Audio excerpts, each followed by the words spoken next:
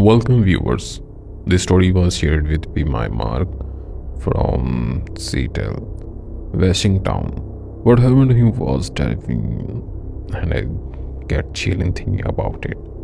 After I read through Mark's email, I sat in silence for a long time. I was not just the event he described, but the way he told it like it was still looking over his shoulder while typing. It's one of those story was made. You double check the lock on your window, even if you are on the 10th floor. My English is weak. I'm sorry if I say something wrong. Let's start the story. You know, Atif, they say a fresh start is supposed to be a good thing, but for me, it felt more like a desperate scramble for air. After my divorce, I was pretty much broke. I had spent 6 months living on my parents' old sofa, feeling like teenager again, which trust me, is not where you want to be in your 30s. So when I finally saved up enough for a first and last month rent on this small apartment just outside of Seattle, I thought I was finally catching a break.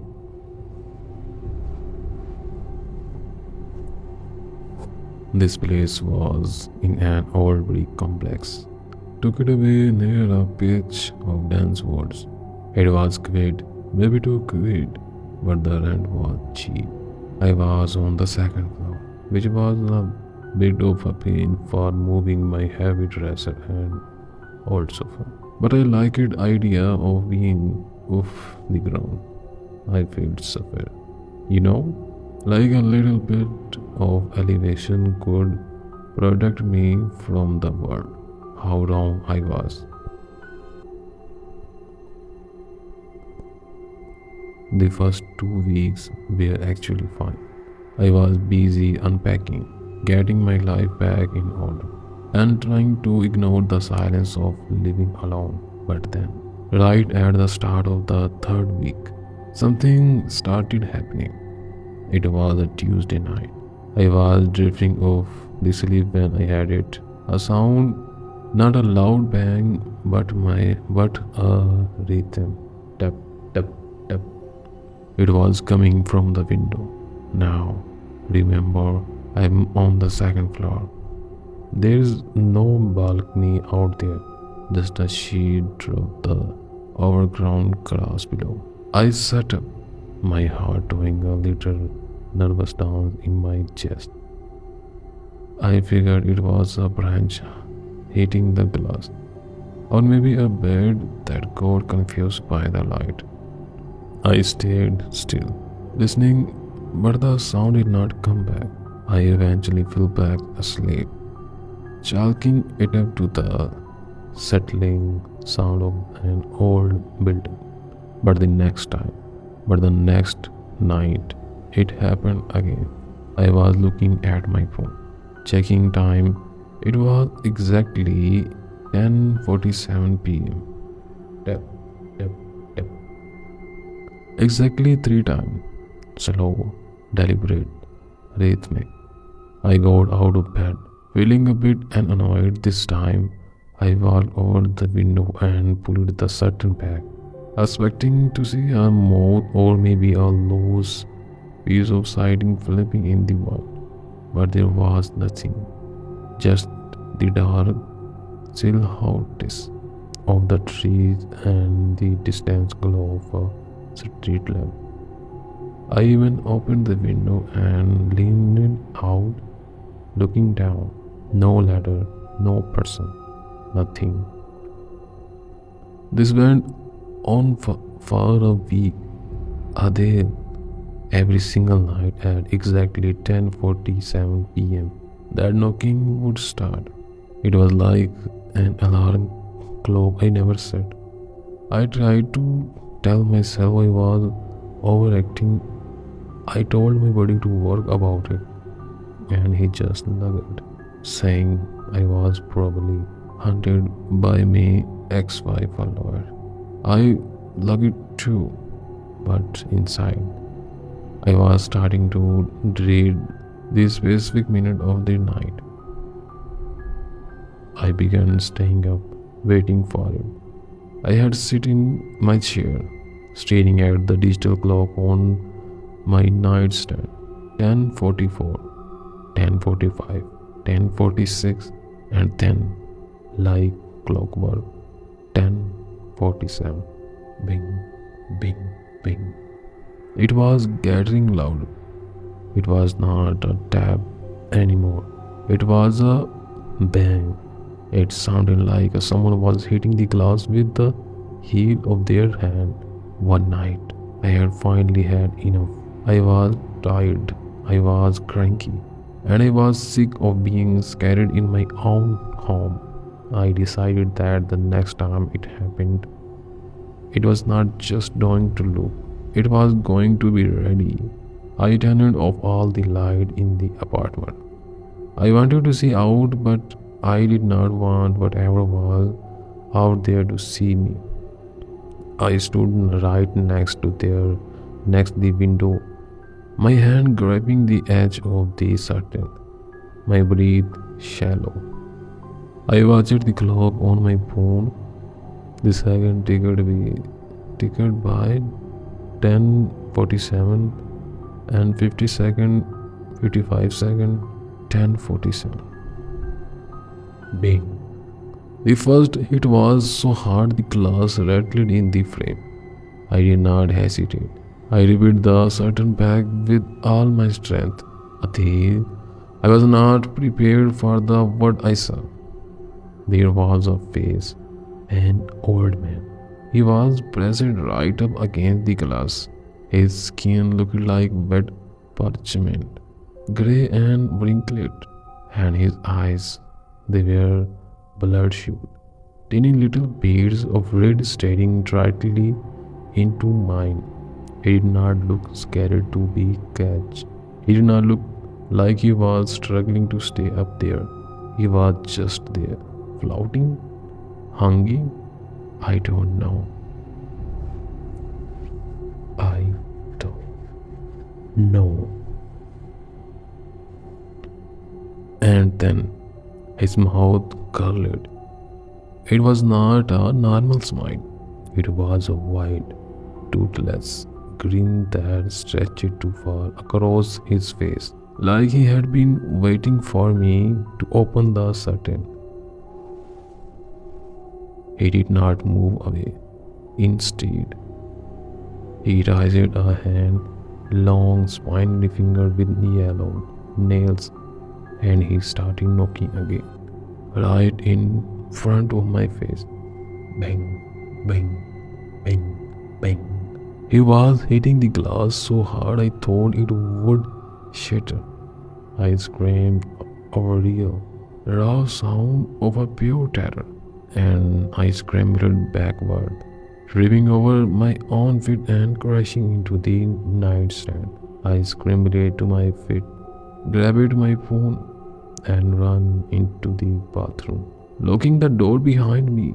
My hands were shaking so hard I could barely dial 911. The police come about 20 minutes later.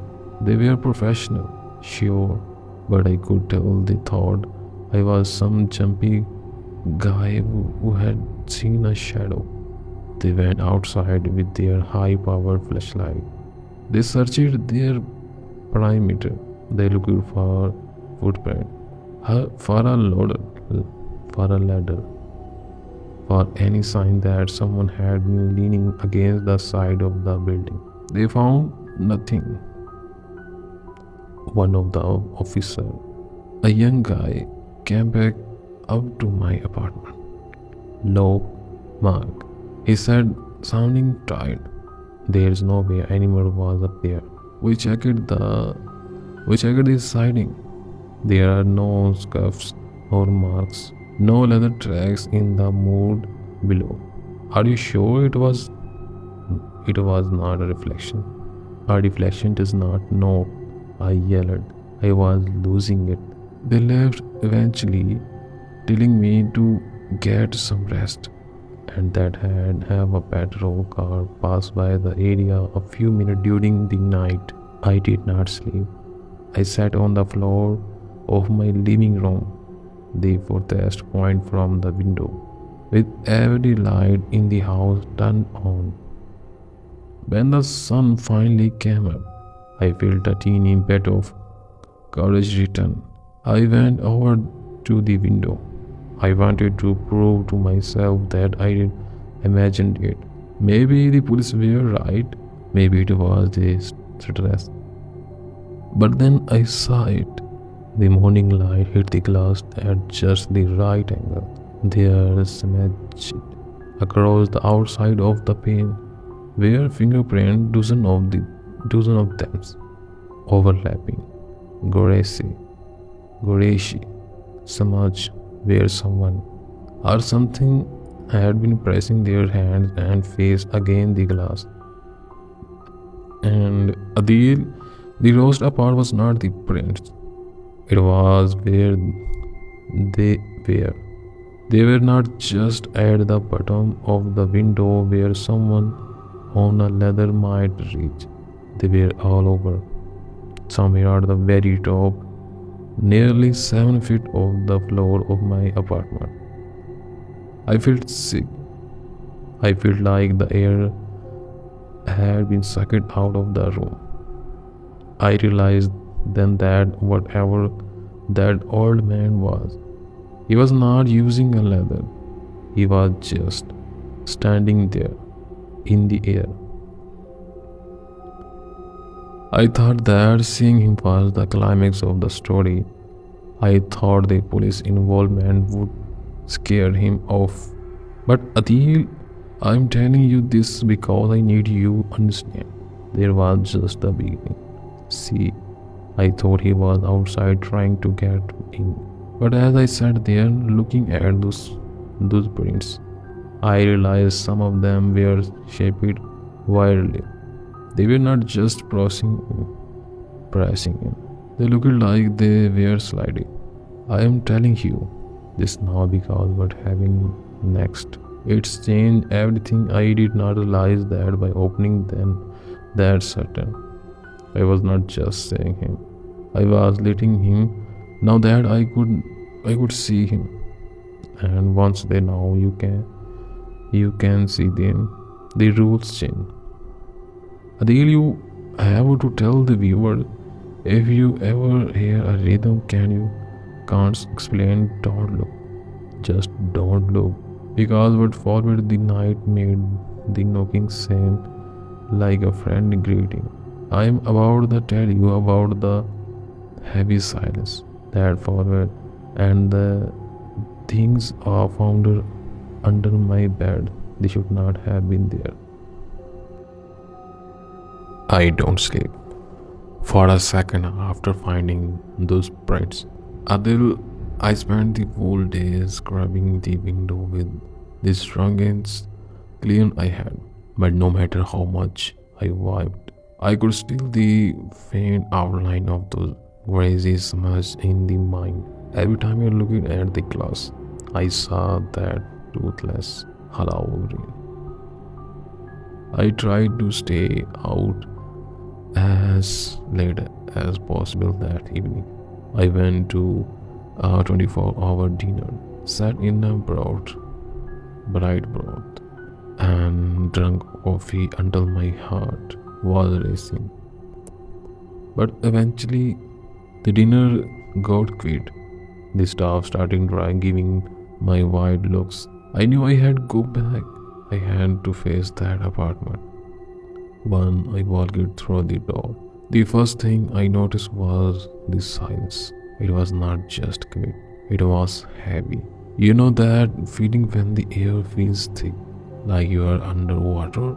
That's how my living room felt. I turned on every single lamp I owned. I even left the TV on a news channel just to hear a human voice. I kept my eyes strictly away from the window. I had pinned a thick, heavy blanket over the curtains, using nail to make sure there was not a single crack for anyone to peep through. I felt like a prisoner in my own home, but I felt safe, or at least I thought I was. 10:40 p.m. came around. I was sitting on my sofa, clutching a kitchen knife. Stupid, I know, but they made me feel better. I keep the clock 10:45, 10:46. I heard my breath waiting for the bang, bang, bang. 10:47 p.m. Nothing. I waited. 1 minute passed. 5 minutes. 10. The knocking did not happen. I felt his massive wave of relief wash over me. I actually laughed out loud. He's gone, I whispered. The police must have scared him off. But that relief lasted maybe 30 seconds. Because that's when I realized the heavy silence had changed. The TV was still on, but I could not hear the news anchor anymore. It was like the sound was being muffled by a pillow, and then I heard a new sound. It was not coming from the window, it was coming from inside. Creak, creak, creak. It was a slow, dragging sound. It was coming from right under the sofa. It was sitting on. My blood turned to ice.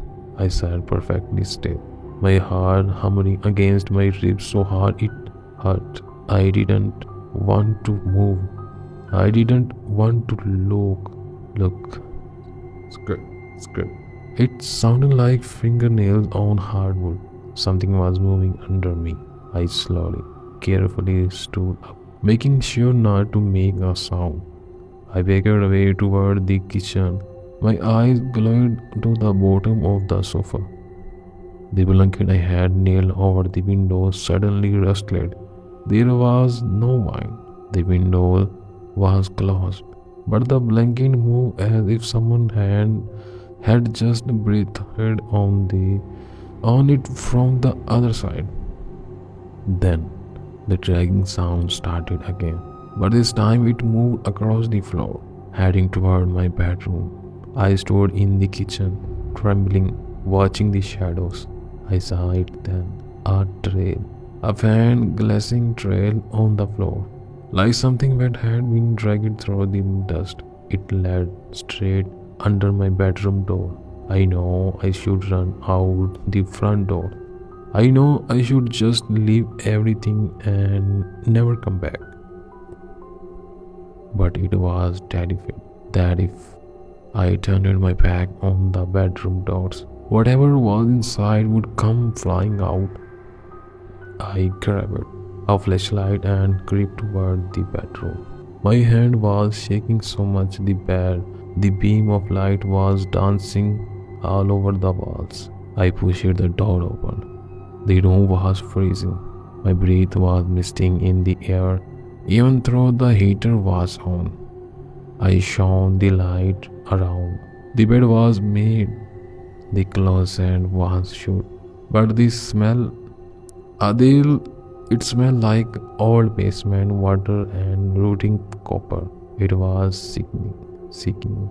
I knelt down, my knees popping in the silence. I had to know. I lowered the flashlight and immersed in it under the bed. At first, I saw nothing but a few dust bunnies. But then, right the back pressed against the wall, I saw a pair of odd, cracking leather shoes. They were attached to thin, grey ankles. My breath hitched. I moved the light up. It was him, the old man from the window. He was squeezed into the teeny space under my bed. His body contorted in a way that don't seem human. He was lying on his side, his long, spindly fingers digging into the floorboards. He was not looking at me yet. He was just laying there, perfectly still. Get out, I croaked. My voice was barely a whisper. I have a knife. Get out. The man did not move, but then, slowly, he started to giggle. It was not a laugh, it was a wet, bubbling sound, like he had fluid in his lungs. Marky, he hissed. How did he know my name? I had never seen this man in my life. I had only been in this town for 2 months. Marky, open the window. It's cold out there. He started the crowd out from under the bed. He did not use his hand like a normal person. He slid his limbs clicking and popping like breaking dry wood. I did not wait to see his face. I turned and bolted. I ran out of the bedroom, through the living room, and reached for the front door handle. But it won't budge. I had unlocked it, but it felt like someone was holding it shut from the other side.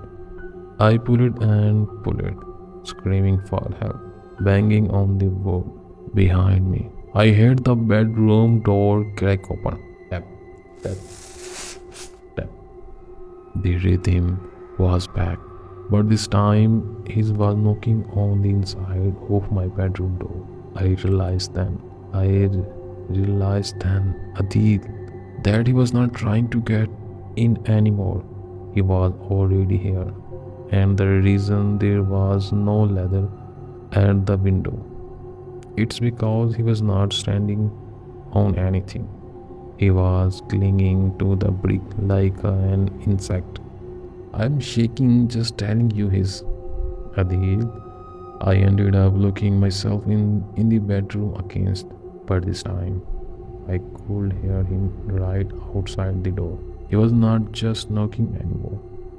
He was whispering things little about my divorce, things I had said to my parents, things no stranger could possible now. Adil, the next part of this, it's the hardest to talk about because I found out why he was there. I found out what he wanted from me. And let me tell you, when you realize that a ghost or a demon is not just hunting a house, but is actually hunting you, that's when you know that what true terror feels like. I had to make a choice that night that I still regret. That night in the bedroom, Adil, was the longest night of my life. I sat on the edge of the tube, staring at the door handle, watching it slowly turn left, then right, then left again. He was playing with me. He knew I was trapped. The whispering did not stop. He started talking about the night I left my wife, mentioning the specific color of the suitcase. I carried a detail I had never told anyone. It was like he had been a shadow in the corner of my life for years, just waiting for me to be alone and broken enough to finally show himself. The window, murky, his voice bubbled through the wood. It's still open in your mind. You let in the moment you look in. I realized then that he was not just a squatter or a crazy old man. This was something that fed on the gaps we lives in our lives when things fall apart. My grief, my loneliness, my fear, that was the loader he used to climb up my second story window. I know I can't stay in the bedroom until morning. The air was getting thinner, and the smell of the road was seeping under the door. I had to get out of that apartment, or I was going to end up like him. A grey, distorted memory scratching at someone else's glass.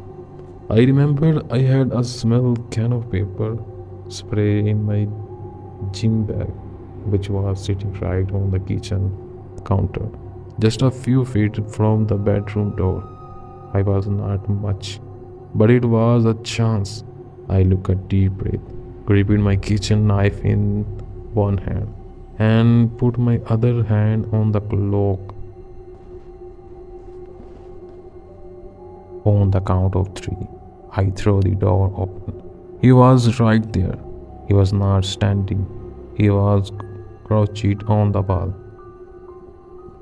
his feet planted on the wallpaper and his body horizontal, defying every law of gravity.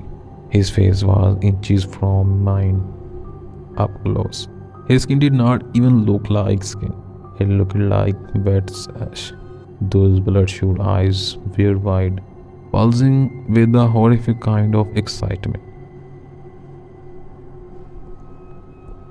He lunged, his long finger reaching for my throat.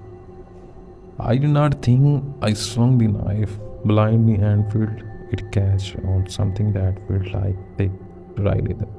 He let out the scratch, a sound like metal grinding on metal, and dropped to the floor. I did not look back. I sprinted for the kitchen, grabbed my bag, and headed for the front door. This time, I did not just pull the handle. I threw my entire body weight against the door. It felt like I was breaking through a wall of invisible ice. The door flew open, and I tumbled out into the hallway. I scrambled down the stairs, nearly filling trees, and burst out into the cool night air. I did not go to my car. I did not go to my car. I did not think I had let me leave that easily. Instead, I ran toward the street lamp, toward the light, screaming for help at the top of my lungs. A neighbor from the building across the road opening their window. I shouted for them to call the police again. I stood under that street lamp, shaking, sobbing, staring up at my second story window. The heavy blanket I nailed up was gone. In the darkness of my bedroom window, I saw him one last time. He was pressed against the glass, his hand splayed out, his face twisted in that sneaking grin. He was not knocking anymore. He was waving a slow, mocking wave goodbye. When the police arrived, the apartment was empty. No old man, no shoes under the bed, no trace of struggle except for the knife I had dropped, which was coated in the black substance that smelled like a strange swamp water. The police took it as evidence, but they never gave me an update on what it was. I never spent another night in that apartment. I stayed a motel for 3 days while my friend helped me move my stuff out during the middle of the day. We didn't find anything unusual picking, but I noticed something when we were loading the last box. On the inside of my bedroom door, right where the man had been knocking, there were three small circles indentation in the wood. They were not from a hand. They looked like they had been made by the tips of very old, very strong bones. Adil, I live a different state now. I made sure to get a place on the ground floor. Ironic, right?